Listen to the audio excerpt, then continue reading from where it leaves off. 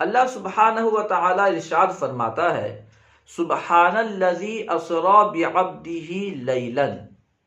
اسرا کا معنی ہوتا ہے رات میں سیر کرنا، اور لیل کا معنی ہوتا ہے رات۔ اب سوال پیدا ہوتا ہے جب اسرا سے لیل کا معنی، رات کا معنی پیدا ہو گیا، حاصل ہو گیا، تو لیل کا ذکر کیوں ہوا؟ جواب یہ ہے اگرچہ اسرا سے رات کا معنی حاصل ہو گیا، لیکن مدت بیان نہیں کی گئی، مقدار بیان نہیں کی گئی کہ رات کے کتنے حصے میں معراج کا واقعہ ہوا۔